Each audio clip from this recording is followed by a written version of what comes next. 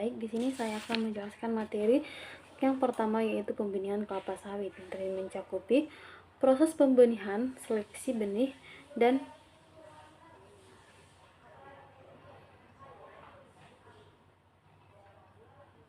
penanganan buah. Setiap perkebunan mempunyai beberapa kegiatan penting yang perlu dilakukan, termasuk perkebunan kelapa sawit. Salah satu kegiatan penting dalam budidaya kelapa sawit adalah kegiatan pembenihan. Jika pembenihan kelapa sawit dilakukan sesuai dengan tahapan-tahapannya, maka tanaman kelapa sawit yang tumbuh nantinya adalah tanaman kelapa sawit yang menghasilkan. Ada dua jenis tahapan pembenihan kelapa sawit dalam sistem pembenihannya. Pemilihan salah satu jenis tahapan pembenihan ini tergantung dari persiapan masing-masing perkebunan. Apakah kedua jenis tahapan pembenihan tersebut?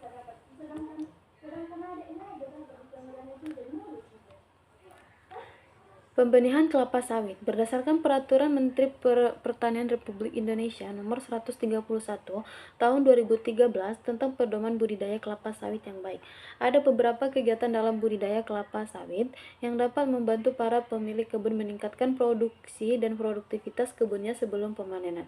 Kegiatan-kegiatan tersebut meliputi yang pertama, pengetahuan persyaratan tumbuh, bahan tanaman, pembenihan, persiapan lahan, penanaman, dan pemeliharaan tanaman. Semua kegiatan yang sudah disebutkan di atas merupakan kegiatan yang harus dilakukan oleh para pemilik kebun kelapa sawit sebelum masa panen tiba. Ketika sudah mengetahui jenis lahan seperti apa yang dapat digunakan untuk perkebunan kelapa sawit dan memilih bahan tanaman unggul untuk keberhasilan perkebunan kelapa sawit, kegiatan pembenihan menjadi kegiatan penting yang perlu dilakukan selanjutnya. Kegiatan pembenihan kelapa sawit meliputi persiapan pembenihan, pembenihan awal, dan pembenihan utama. Persiapan pembenihan sendiri terdiri dari pemilihan lokasi, luas pembenihan, sistem pembenihan, media tanam, dan kantong plastik atau polybag. Nah, sistem pembenihan kelapa sawit ada dua jenis, yaitu 1 tahap dan juga 2 tahap. Tahapan pembenihan kelapa sawit.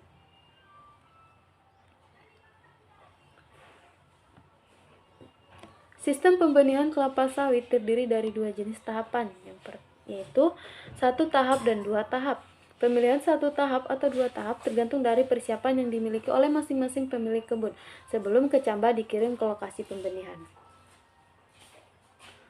Berikut ini dua jenis tahapan pembenihan dalam sistem pembenihan kelapa sawit menurut Peraturan Menteri Pertanian Republik Indonesia Nomor 131 Tahun 2013 tentang Pedoman Budidaya Kelapa Sawit yang baik. Yang pertama yaitu ada pembenahan 1 tahap. Pembenihan 1 tahap disebut juga dengan single stud. Kegiatan pembenihan 1 tahap dilakukan dengan penanaman langsung ke cambah kelapa sawit di polybag berukuran besar. Pembenihan 1 tahap ini jarang dilaksanakan oleh para pemilik kebun kelapa sawit dikarenakan prosesnya sangat singkat. Terjaminnya mutu benih yang akan ditanam belum bisa dipastikan dalam 1 tahap ini. Selanjutnya ada pembenahan 2 tahap. Selain 1 tahap, ada pembenihan 2 tahap dalam sistem pembenihan kelapa sawit. Pembenihan 2 tahap atau double step terdiri dari pembenihan awal atau pra pembibitan dan pembenihan utama atau pembibitan utama. Pra pembibitan merupakan pembenihan awal yang dilakukan selama kurang lebih dari 3 bulan. Benih kelapa sawit yang sudah dipilih ditempatkan pada polybag berukuran kecil sebelum dipindahkan ke pembenihan utama atau pembibitan utama. Pembibitan utama adalah pembenihan utama di mana benih kelapa sawit yang sudah ditempatkan pada polybag kecil dalam pembenihan awal dipindahkan ke polybag yang berukuran lebih besar. Baik itu nursery ataupun pre-nursery memerlukan polybag atau kantong plastik berukuran kecil dan juga besar. Detail ukuran polybag yang perlu Anda pilih tergantung pada lamanya penyimpanan benih dalam kegiatan pembenihan. Berikut ini beberapa kriteria ukuran polybag yang perlu dipilih untuk pra pembibitan dan pembibitan utama. Polybag untuk pra persenian yaitu berwarna putih atau hitam, berukuran 22 cm x 14 cm x 0,07 mm atau panjang kali lebar kali tebal. Setiap polybag dibuat lubang sebanyak 12-20 buah dengan ukuran diameter lubang sekitar 0,3 cm. Polybag untuk pembibitan utama yaitu berwarna hitam, berukuran 50 cm x 37 sampai 40 cm x 0,2 mm atau panjang kali lebar kali tebal.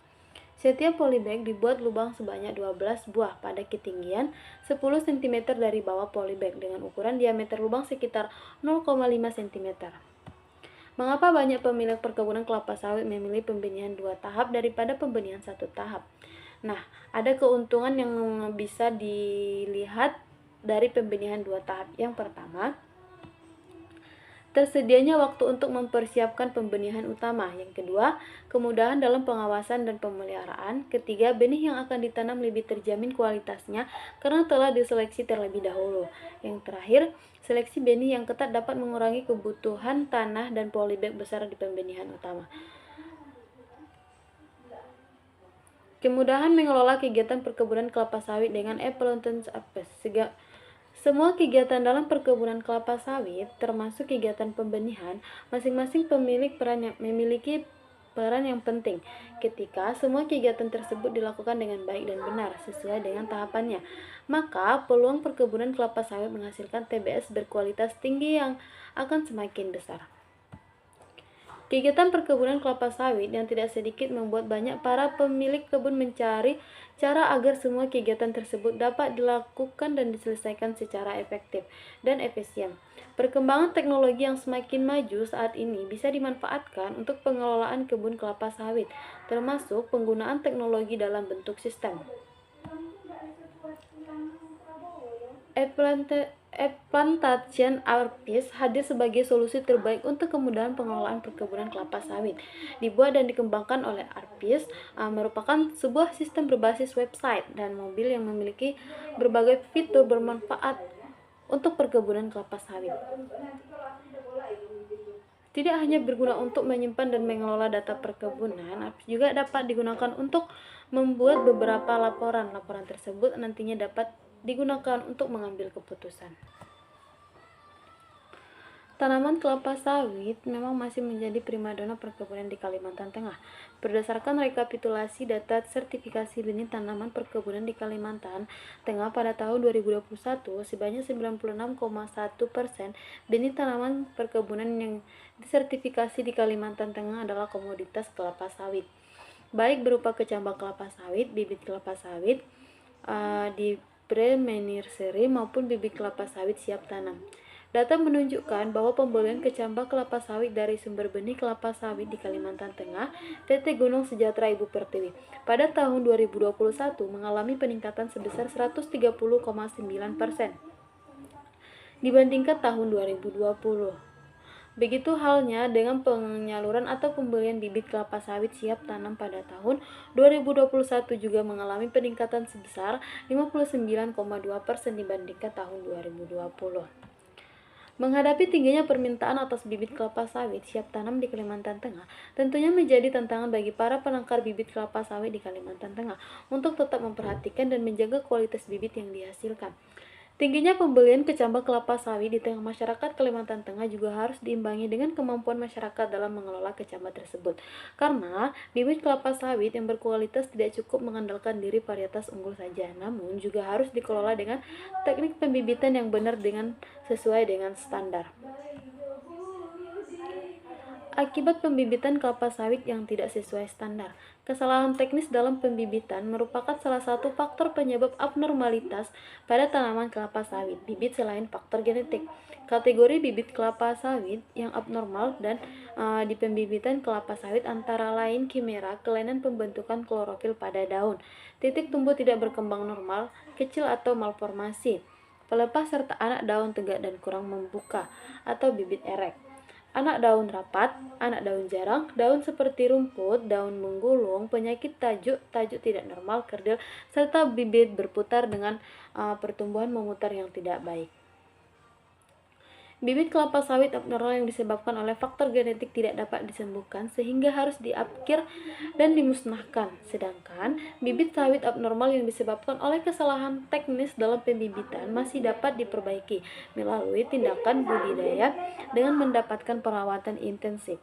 Bibit kelapa sawit abnormal yang disebabkan kesalahan teknis dalam pembibitan antara lain tanaman mengalami etiolasi atau pertumbuhan meninggi, tanaman mudah rebah, penyakit bercak dan busuk daun, daun terbakar terkena bahan kimia, serta mengalami gejala kekurangan unsur hara.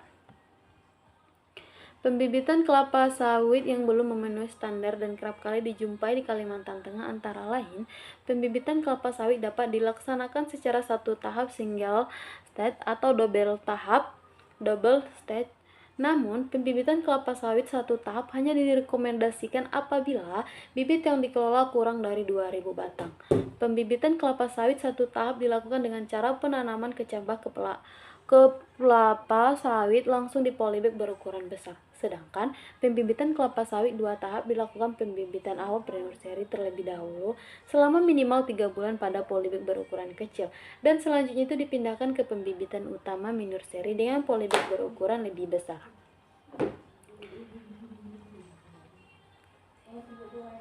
Pembibitan kelapa sawit 2 tahap ini sangat direkomendasikan dan lebih menjamin kualitas bibit yang dihasilkan. Ini dikarenakan melalui beberapa tahapan seleksi, baik dari pre-nursery maupun di nursery. Lokasi pembibitan kelapa sawit tidak direkomendasikan berada di lahan gambut maupun lahan yang mudah tergenang atau banjir.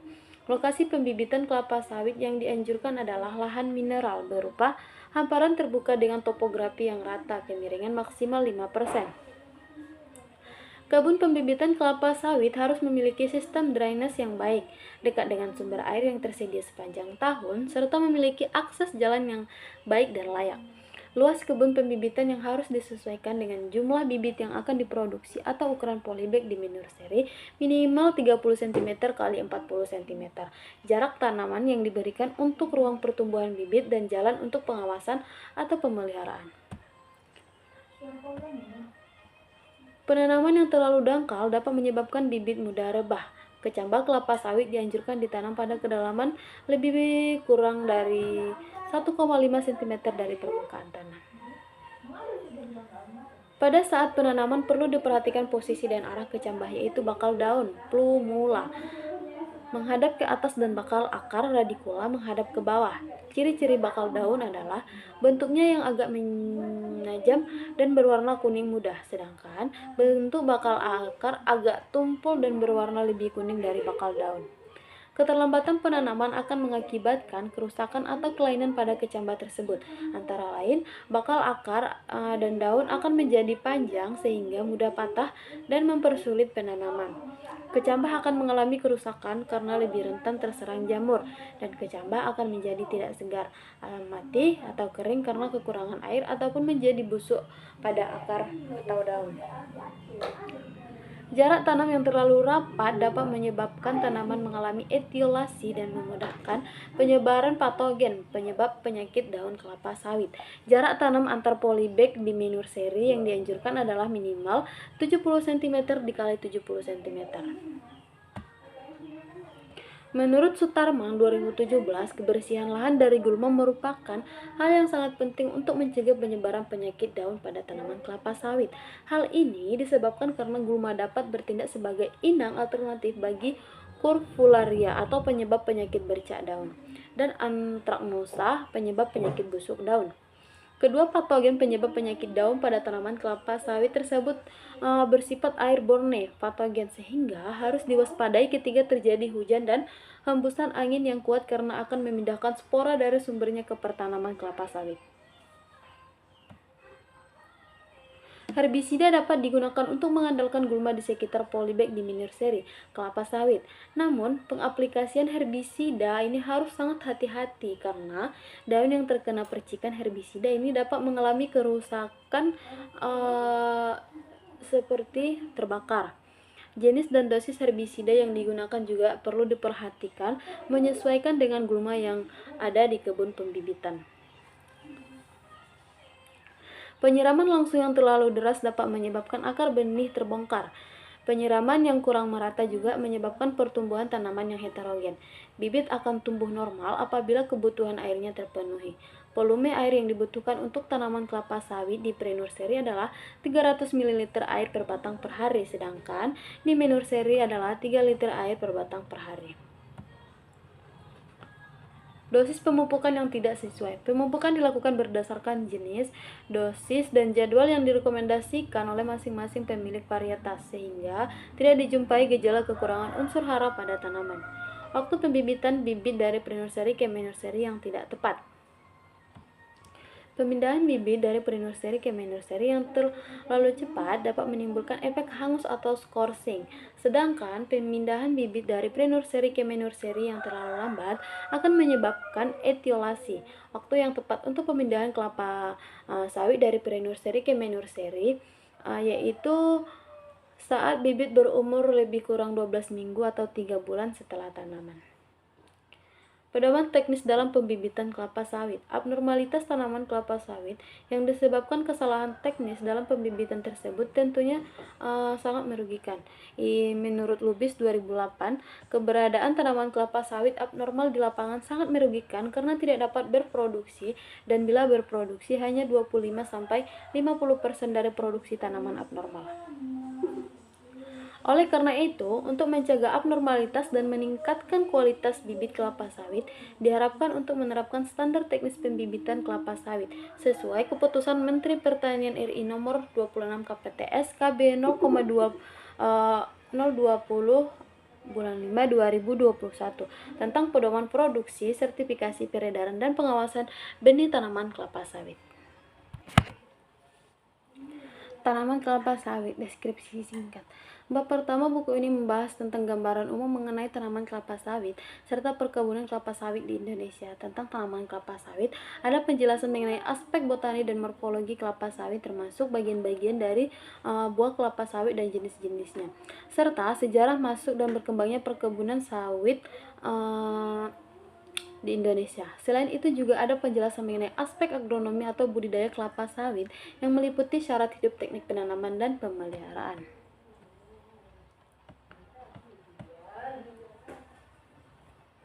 Botani kelapa sawit. Kelapa sawit telah menjadi spesies tanaman dan komoditas penting di dunia sebagai salah satu sumber bahan baku minyak nabati. Kelapa sawit adalah jenis tanaman yang paling produktif dalam menghasilkan minyak nabati. Satu individu tanaman kelapa sawit pada usia produktif di atas 6 tahun dapat menghasilkan sekitar 200 kg tandan buah segar per tahunnya, atau setara dengan 40 kg minyak sawit kasar CPO. Pada luas lahan yang sama, 1 hektar, rata-rata kelapa sawit dapat menghasilkan minyak 5.000 kg per tahun, sementara tanaman penghasil minyak nabati lainnya seperti kedelai dan jagung hanya mampu menghasilkan 375 kg dan 145 kg. Fakta ini selain disebabkan oleh tingginya produktivitas buah pada tanaman kelapa sawit, juga disebabkan tingginya rendemen minyak pada buah sawit, yaitu sekitar 22%, di mana angka ini belum termasuk minyak dari bagian kernel. Sebagai pembanding, rendemen minyak dari kedelai hanya sekitar 15%.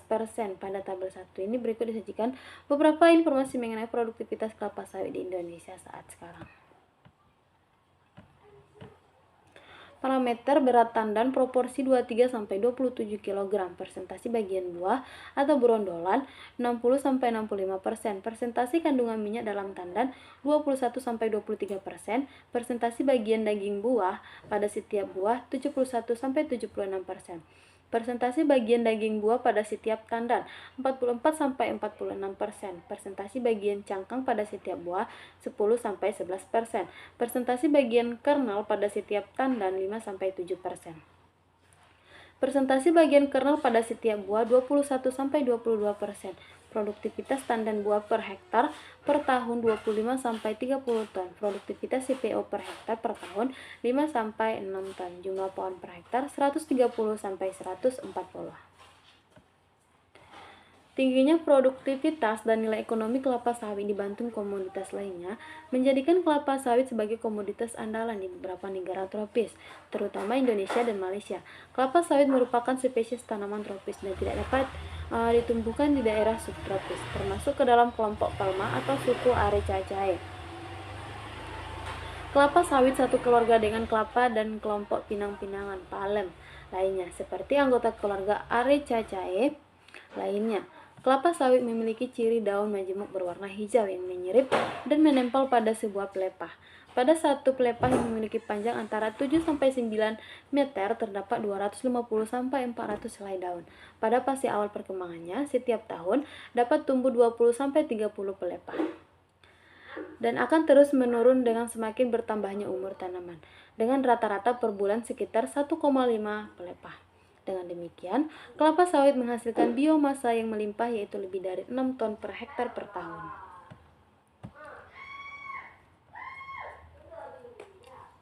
Selain tipe daun menyirip, ciri utama kelompok palma adalah batang tanaman berupa kolom tunggal yang menjadi tempat tumbuhnya pelepah. Pangkal dari pelepah menjadi tempat munculnya tangkai bunga atau buah, yang keberadaannya dilindungi oleh adanya pelepah tersebut.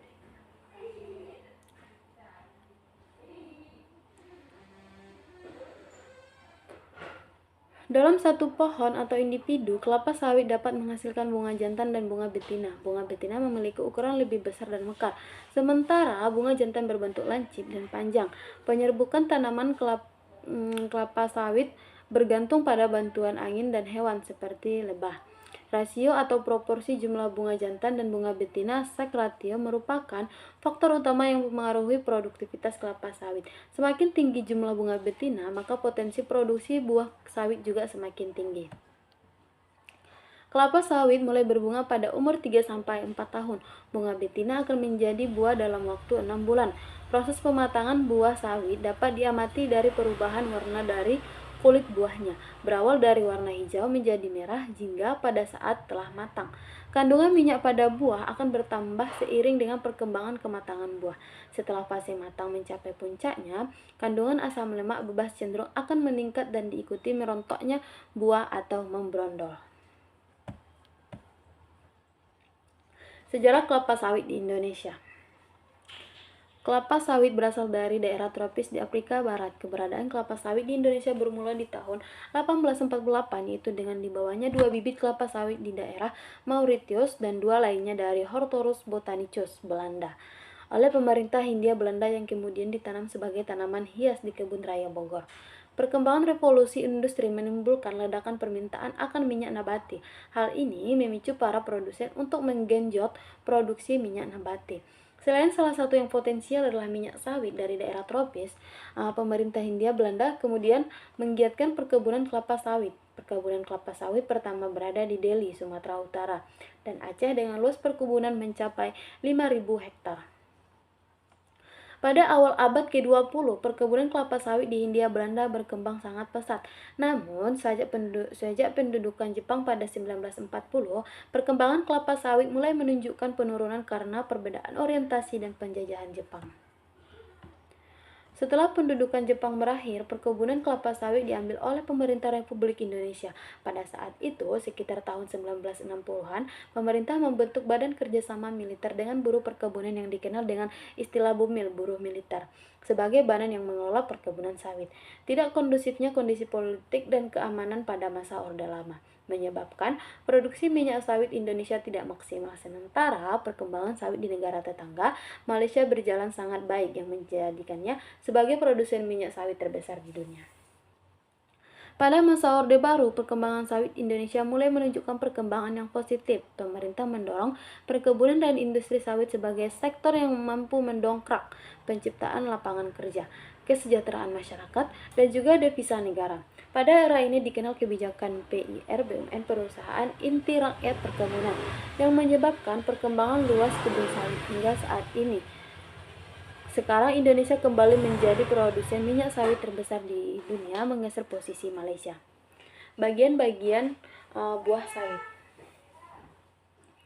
Pada dasarnya buah sawit terdiri dari 4 bagian utama, yaitu eksokrap, mesokrap, endokrap, dan endosperma.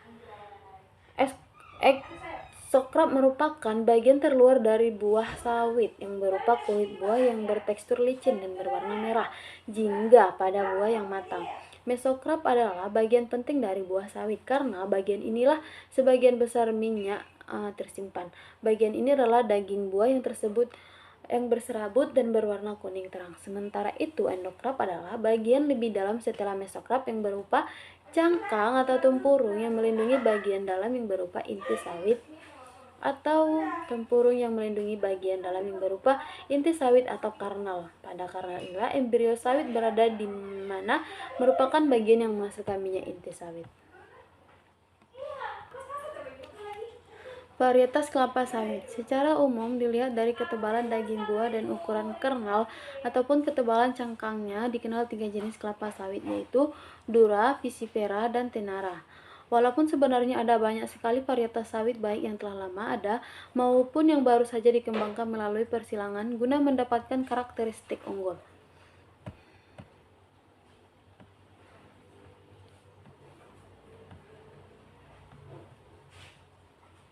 Teknik penanaman kelapa sawit.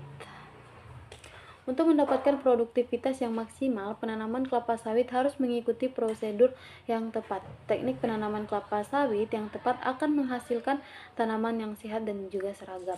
Tanaman yang sehat ditandai dengan tidak ditemukannya ciri-ciri abnormal, non produktif ataupun mati, sehingga kebutuhan benih sisipan dapat dikurangi.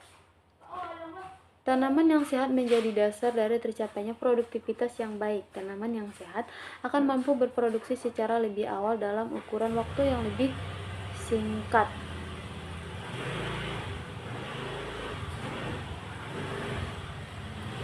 Tiga tahun, serta dengan hasil awal yang lebih tinggi. Ada beberapa faktor yang perlu diperhatikan dalam penanaman, seperti pembuatan lubang tanam, jarak tanam, pemancangan, serta teknik penanamannya sendiri.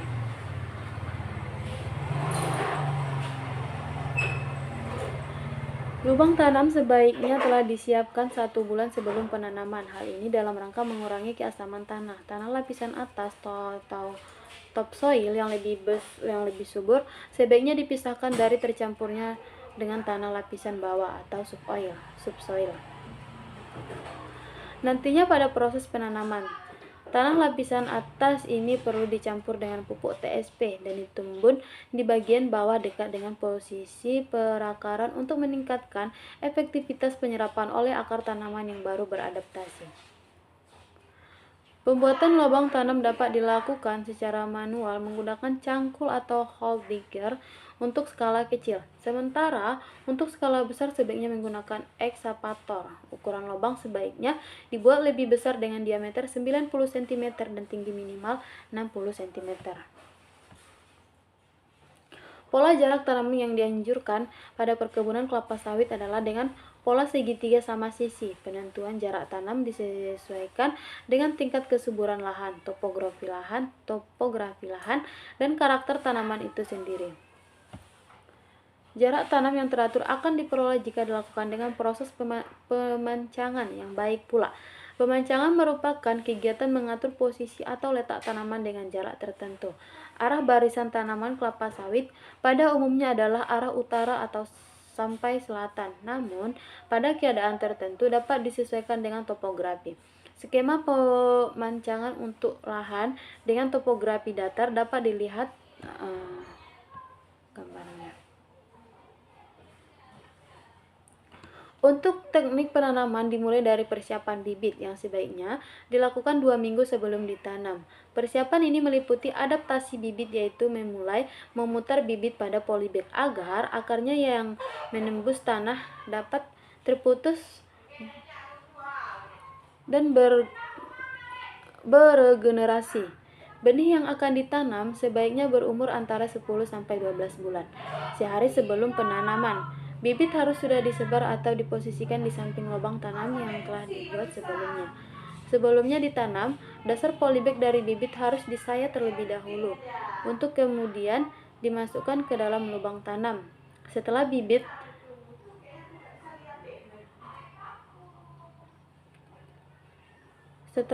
benar-benar tegak posisinya, bagian samping polybag dapat disayat dari bawah ke atas dan polybag dilepas. Dengan menariknya ke atas, selanjutnya bibit ditimbun dengan tanah atas atau topsoil yang telah dicampur dengan pupuk dan kemudian dipadatkan. Setelah itu ditimbun kembali dengan tanah bawah.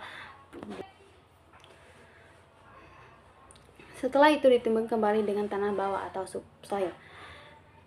dan dipadatkan sampai bibit berdiri dengan kokoh. Piringan di sekitar tanaman dapat dibuat dengan diameter 1 meter. Piringan ini sebagai cikal bakal piringan tanaman untuk seterusnya. Pemeliharaan tanaman. Pemeliharaan atau perawatan tanaman dilakukan pada dua fase setelah tanam, yaitu fase tanaman belum menghasilkan atau TBM dan fase tanaman menghasilkan TM. TBM yaitu tanaman yang dipelihara sejak bulan pertama penanaman sampai dapat dipanen buahnya pada umur 30-36 bulan. Selama periode TBM ini perlu dilakukan beberapa pekerjaan, yaitu konsolidasi tanaman, penyisipan tanaman, pemeliharaan piringan, pemeliharaan penutup tanah, pemupukan, tunas pasir, pengendalian hama dan penyakit, persiapan sarana panen, serta pemeliharaan jalan dan parit drainase. Pemeliharaan periode TBM adalah lanjutan dan penyempurnaan pekerjaan dari pembukaan lahan dan persiapan untuk mendapatkan tanaman yang berkualitas baik. Kelapa sawit mulai berbunga pada umur 12 bulan dan panen pertama dapat dilakukan secara ekonomis setelah tanaman berumur 2,5 tahun atau 30 bulan. Periode inilah yang menjadi batas dimulainya pemeliharaan periode tanaman menghasilkan. Beberapa pekerjaan pada periode tanaman menghasilkan ini meliputi pengendalian gulma, penunasan pelepah, pengendalian hama dan penyakit, pengawetan tanah dan air, pemupukan, serta pemeliharaan jalan. Pengendalian gulma perlu dilakukan pada piringan pohon, jalan pikul, dan di gawangan. Pengendalian gulma di piringan pohon ini bertujuan untuk meningkatkan efektivitas pemupukan dan memudahkan pada saat pengutipan berondolan. Sementara pengendalian gulma di jalan pikul bertujuan agar akses jalan untuk pekerja tetap terpelihara. Untuk pengendalian gulma pada gawangan memiliki tujuan untuk mengurangi persaingan dalam penyerapan air, unsur hara, serta dalam rangka menjaga kelembapan kebun. Penyakit yang sering ditemukan pada tanaman kelapa sawit menghasilkan adalah busuk pangkal batang BPB yang disebabkan oleh Ganoderma doninense. Ganoderma sendiri adalah jamur patogenik tular tanah soil borne yang sebenarnya banyak ditemukan pada hutan-hutan primer yang menyerang berbagai jenis tanaman hutan.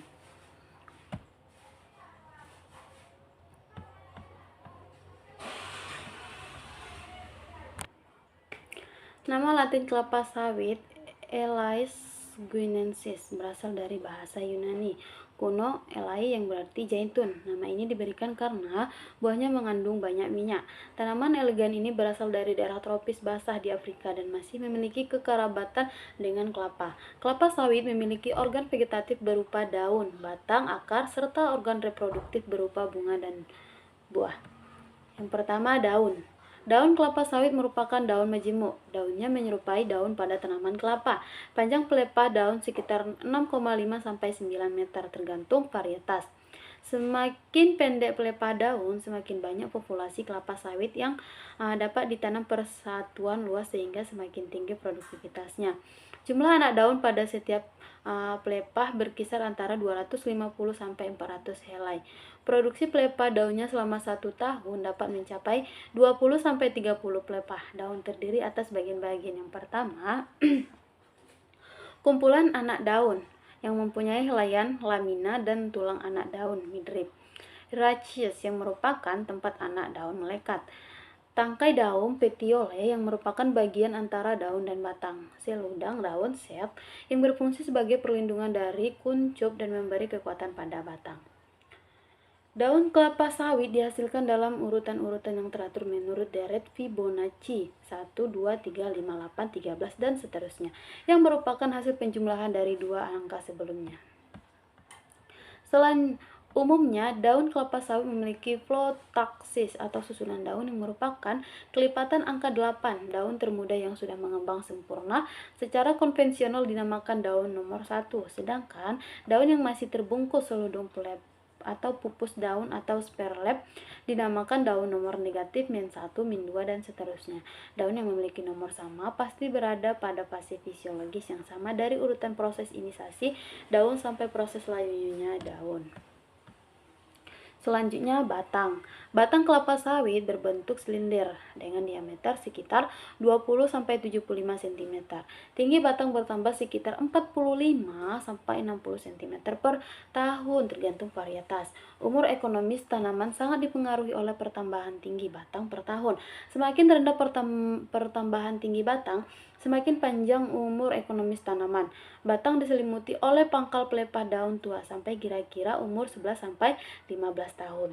Setelah itu, bekas pelepah daun mulai rontok, biasanya mulai dari bagian tengah batang, lalu meluas ke atas dan ke bawah.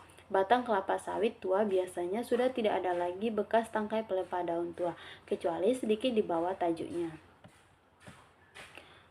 Batang mempunyai 3 fungsi utama, yaitu sebagai berikut. Yang pertama, sebagai struktur yang mendukung daun dan buah, sebagai sistem pembuluh yang mengangkut air dan hara mineral dari akar ke atas serta hasil fotosintesis atau fotosintat dari daun ke bawah.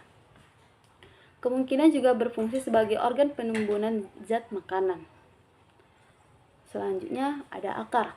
Akar berfungsi untuk menunjang struktur batang di atas tanah, menyerap air dan unsur-unsur hara dari dalam tanah, serta sebagai salah satu alat respirasi. Sistem perakaran kelapa sawit merupakan sistem akar serabut, terdiri dari akar primer, sekunder, tersier, dan kuaterner. Akar primer umumnya berdiameter 6-10 mm. Keluar dari pangkal batang dan menyebar secara horizontal dan menghujam ke dalam tanah dengan sudut beragam. Akar sekunder berdiameter 2-4 mm. Akar tersier berdiameter 0,7-1,2 mm. Akar kuartener berdiameter 0,1-0,3 mm. Panjangnya hanya 1-4 mm dan tidak berlignin atau zat kayu. Secara umum, sistem perakaran kelapa sawit lebih banyak berada dekat dengan permukiman tanah, tetapi pada keadaan tertentu akar juga bisa menjelajahi lebih dalam. Selanjutnya ada bunga. Kelapa sawit merupakan tanaman monoecious atau berumah satu. Artinya, bunga jantan dan bunga betina terdapat pada satu pohon.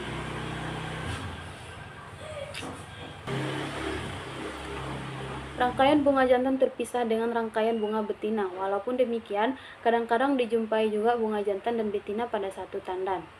Umumnya, tanaman kelapa sawit melakukan penyerbukan silang. Bunga muncul dari ketiak daun dan setiap ketiak daun hanya dapat menghasilkan satu infloresen atau bunga majemuk. Beberapa bakal infloresen biasanya gugur pada fase-fase awal perkembangannya, sehingga pada individu tanaman terlihat beberapa ketiak dan tidak menghasilkan infloresen.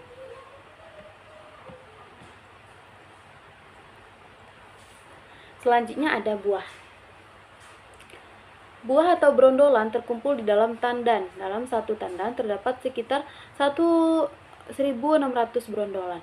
Tanaman muda akan menghasilkan 20-22 tandan per tahun. Jumlah tandan buah pada tanaman tua sekitar 12-14 tandan per tahun. Berat setiap tandan sekitar 25-35 kg.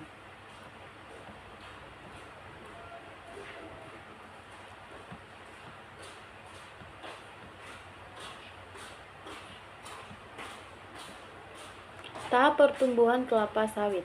Tahap pertumbuhan dan perkembangan banyak tanaman budidaya telah dideskripsikan oleh sekelompok ilmuwan. Menurut prinsip-prinsip skala biologis yang diperluas sejak 25 tahun yang lalu, skala saat ini telah dikenal dan menjadi rujukan dalam penelitian, administrasi, serta budidaya pertanian dan hortikultura, karena penologi merupakan ilmu yang mengintegrasikan lingkungan, meteorologi, dan klimatologi. Fakta-fakta ini mengindikasikan tujuan mendasar dan harapan yang ingin dicapai para peneliti untuk menjustifikasi pendekatan praktis dalam penggunaan skala.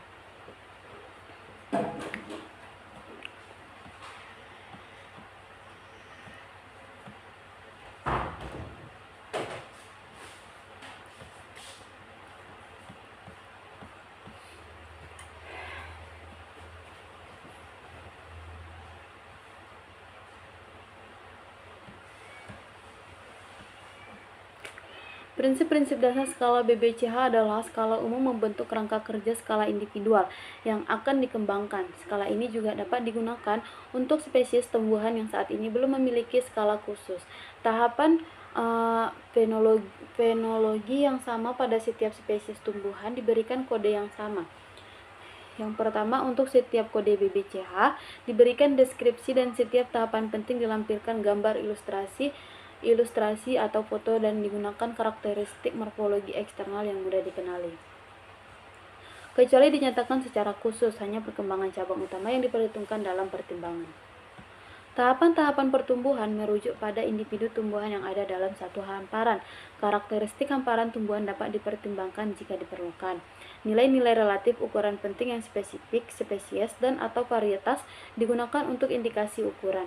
Tahapan pertumbuhan sekunder 0-9 sesuai dengan bilangan ordinal atau nilai persentase. Misalnya, tahap 3 dapat mewakili daun ketiga, anakan ketiga, buku ketiga atau 30% dari panjang keseluruhan atau ukuran tipikal spesies atau 30% bunga mekar. Pasca panen atau perlakuannya penyimpanan diberi kode 99. Perlakuan benih sebelum penanaman diberi kode 00. Memilih benih kelapa sawit yang baik dan benar. Peredaran benih kelapa sawit ilegal di masyarakat cukup banyak. Jaminan bebas, yaitu benih kelapa sawit yang tidak memenuhi aspek legalitas karena selain diproduksi oleh lembaga atau individual yang tidak diakui oleh pemerintah dan tidak memenuhi syarat-syarat serta tata cara pelepasan varietas, juga tidak melalui proses sertifikasi benih kelapa sawit asli, yaitu yang berasal dari varietas unggul DKP yang telah dilepas secara resmi oleh Menteri Pertanian. Diproduksi di kebun benih khusus yang sudah disertifikasi dengan cara menyilangkan pohon ibu induk dula dengan menyilangkan pohon bapak Visifera yang telah teruji keunggulannya. Seiring meningkatnya pertumbuhan industri kelapa sawit di dalam negeri, kebutuhan kecambah kelapa sawit sebagai benih tanaman pun ikut meningkat. Untuk mendapat produksi kelapa sawit yang maksimal, diperlukan bahan tanam yang baik dan berkualitas unggul. Benih atau kecambah kelapa sawit yang baik dan berkualitas dapat diperoleh dari perusahaan atau lembaga resmi yang menyediakan kecambah kelapa sawit unggul. Kecambah kelapa sawit yang unggul dan berkualitas dibuat melalui proses hibridasi menggunakan sumber benih yang sesuai dengan ketentuan. Sedangkan kecambah yang kurang baik diproduksi tanpa memperhatikan ketentuan yang berlaku serta dijual dengan harga yang lebih murah. Meningkatnya luas areal perkebunan kelapa sawit di Indonesia sejak 2016 membuat permintaan akan bahan tanam kelapa sawit meningkat. Selain itu, adanya program penanaman kembali atau replanting tanaman yang sudah tua juga banyak dilakukan. Tapi sayangnya peningkatan kebutuhan akan benih tanaman ini seringkali tidak diimbangi dengan proses seleksi benih yang benar. Hal ini sering diakibatkan oleh manajemen waktu persiapan tanaman kelapa sawit yang kurang baik, sehingga banyak didapatkan kecambah kelapa sawit yang kurang berkualitas. Waktu yang baik untuk melakukan pemesanan kecambah kelapa sawit sebaiknya 3-6 bulan sebelum pembibitan dimulai. Seleksi benih kelapa sawit dilakukan untuk memisahkan antara kecambah kelapa sawit yang normal dan baik dengan kecambah kelapa sawit abnormal. Hal ini harus dilakukan agar kecambah yang siap ditanam merupakan benih yang benar-benar baik dan berkualitas. Penanaman benih kelapa sawit yang abnormal akan menyebabkan tanaman tumbuh tidak seragam. Hal tersebut berisiko menurunkan potensi produksi sehingga kemungkinan kerugian akan meningkat. Terdapat beberapa ciri fisik yang dapat dilihat dari benih kelapa sawit yang normal, yaitu pucuk plumula dan akar radikula dapat dibedakan dengan jelas. Pucuk berwarna kuning, keputihan, dan bentuk runcing. Radikula berwarna putih dan mengarah coklat dan kasar. Dengan melakukan seleksi kecambah dan mengetahui perbedaan antara kecambah normal dan abnormal, pelaku industri kelapa sawit dapat menghindari penanaman kecambah abnormal dan kurang berkualitas. Langkah tersebut juga sebagai upaya untuk mengurangi risiko penurunan jumlah produksi kelapa sawit.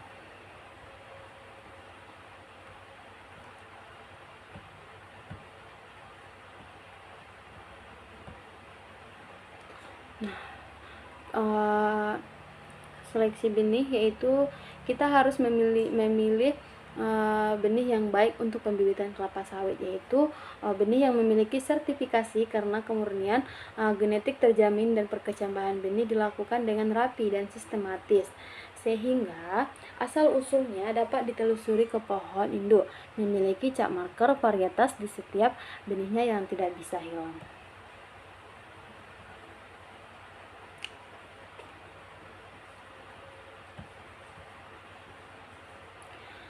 Nah, hampir sebagian besar tanaman kelapa sawit unggul untuk kepentingan komersial adalah jenis Tenera, di mana jenis tersebut yang dihasilkan dengan menghilangkan dura dan Pisipera, sedangkan jenis sawit yang tidak unggul umumnya berjenis dura dan Pisipera.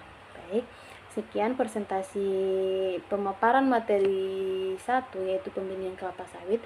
Saya ucapkan terima kasih. Assalamualaikum warahmatullahi wabarakatuh.